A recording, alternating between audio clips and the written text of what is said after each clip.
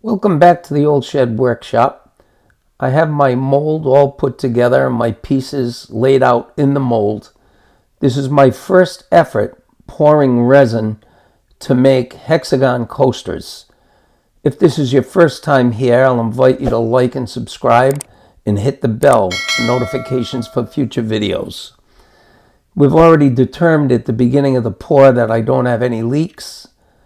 I do have a drop cloth laid out underneath the mold just in case there are any leaks.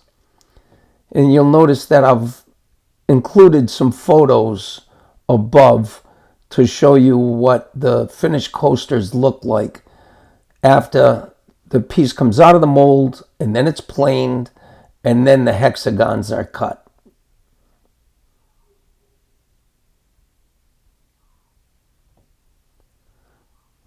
This is the latest resin pour that's just come out of the mold. This particular one is cherry with a garnet red resin. Just to give you an idea of what they look like as they come out of the mold. Ultimately, in this video, I'll show you how I cut the hexagon shapes after planing. I'm ready for the next part of the process, which is planing down the residual epoxy resin from the overflow of the pour.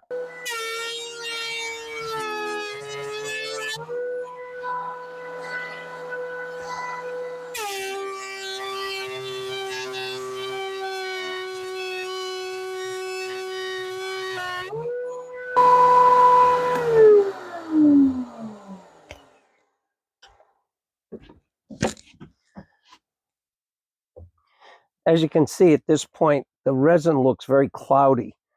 It's actually the cut marks from the planer. The next phase is that I'm going to sand this. I have the workpiece on my bench now. As you can see by the edges, I've trimmed off any residual epoxy resin that came over the edges in the mold. So I'm ready to start sanding. I'm going to start that process at 150 grit. I sand the workpiece all in one piece. It's much easier to sand the workpiece as a whole rather than once the coasters have been cut. This is the progression of sanding discs that I used. This gives you an idea of what the resin looks like with light showing through it. The next phase is to go over to the jig and cut them into hexagons. I have my hexagon cutting jig all set up. To make the first cut, you want the shortest side of what's going to be your coasters on your workpiece facing the blade. So your first cut is going to come down from the short side. You don't have to take off a lot. You only have to take off enough to get this side straight. That's your first cut. I have a piece of scrap plywood here just so my workpiece can slide on it. I'm going to turn on my dust collection system and make the first cut.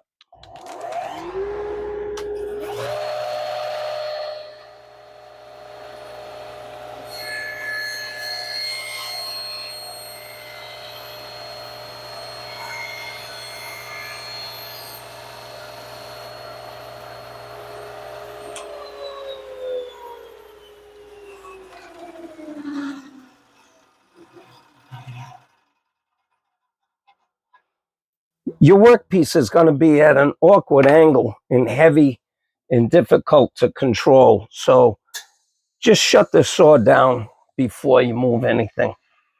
Okay, so the next cut is going to be cut 2. Flip your workpiece over and slide it down to your stop block. I lock everything in place before I make my second cut.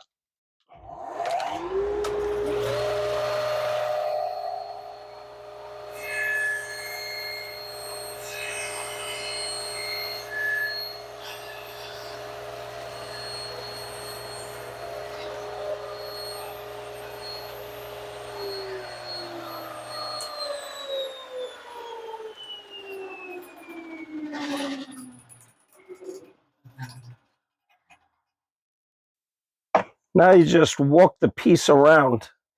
So here's cut 2. Turn it. This will be cut 3. I'll make cut 3, 4, and 5 without stopping the saw.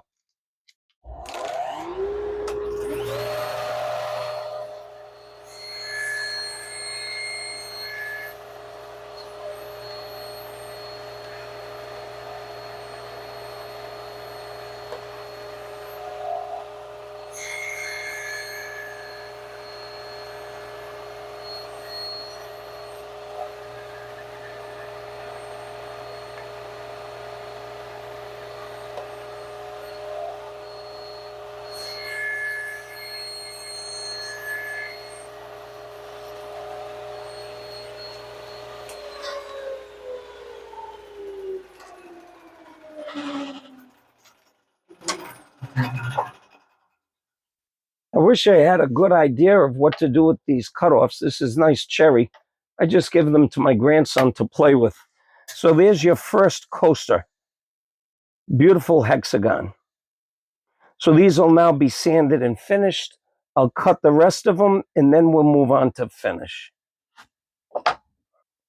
To give you a better explanation of my setup, the first thing I do is I cut a piece of scrap the same width as my workpiece so that there's no mistake on the width.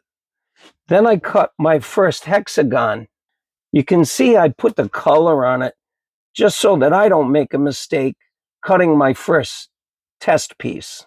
Then when I set up my workpiece, my width is exact. My measurement to my stop block is right where I need it. And this is the end result. It's tough to see in this particular light. That's cherry and garnet red resin. Now it's time for finish. I'm ready to start putting the finish onto the coasters. I apologize for the camera being a little shaky in the last segment. I had the tripod up on my outfeed table to try to get you a good close-up view of what I was doing as I cut the coasters out. This is the finish that I use. Osmo Pollux Oil High Solid for wood floors and furniture. I highly recommend this. This is what I used on my resin table that I made. It's a very, very hard finish. And I'm going to buff these out as I put the finish on. This is a wool finish buffing pad. And I use these because if you put the finish on and you don't finish it with a buffing pad, you get streaks over the resin. And this finish is hard as nails. You can't kind of finesse it out with an ultra high grit sandpaper. You have to start all over again. If you buff it out, you get the finish nice and even. That's what you're really looking for. So I'm just going to put my gloves on here. I'm going to put this on with a rag. A little bit goes a long way with this finish. Let's get some finish on.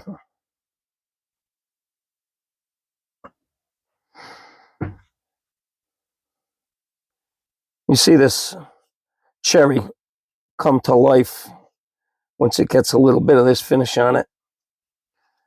Really wakes it up.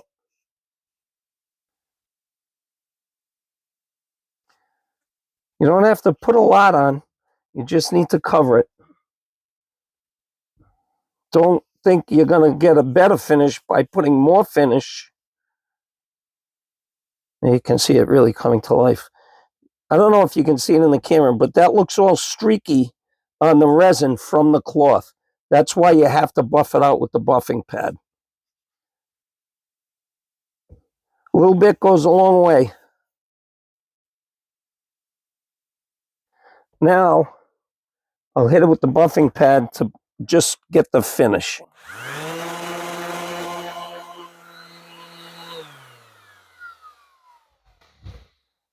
That's all you need. This will seek its own level like any other finish. Once it's on, it'll find its own level.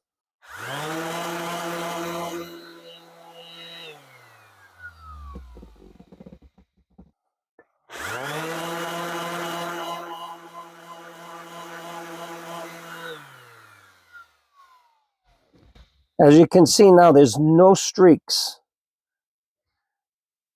On to the next one.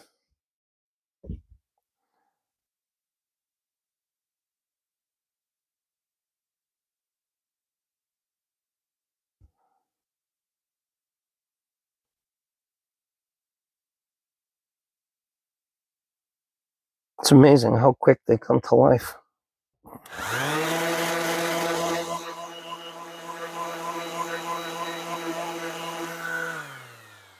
I'll get the finish on all of the pieces, and then I'll get back to you and show you all the finished product. On the edge, where you can see the resin, after you cut these on the table saw, you have to go back and sand the resin portion of this back out. So I had to take each one of these, sand the resin portion out to 1500 grit, since I had sanded everything out to 2000 grit, I think it was. You got to get it back out to get all the saw marks from the table saw out of the ends. And the buffing pads, I'll put a link below to where I got these. They'll fit right on your palm sander.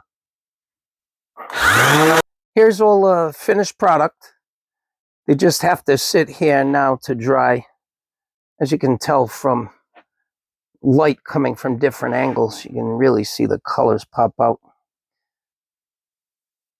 I'd ask that if you were going to make any purchases of any of the products I've listed below, that you would use my link to go to Amazon to purchase the products.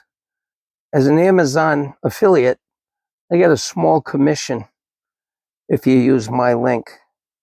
If this is your first time here, I'll invite you to like and subscribe. Hit the bell for notifications for future videos. Those subscriptions really help me to build my channel. And I'll also invite you to go over and take a look at my website, oldshedworkshop.com. Thanks for watching. We'll see you on the next one.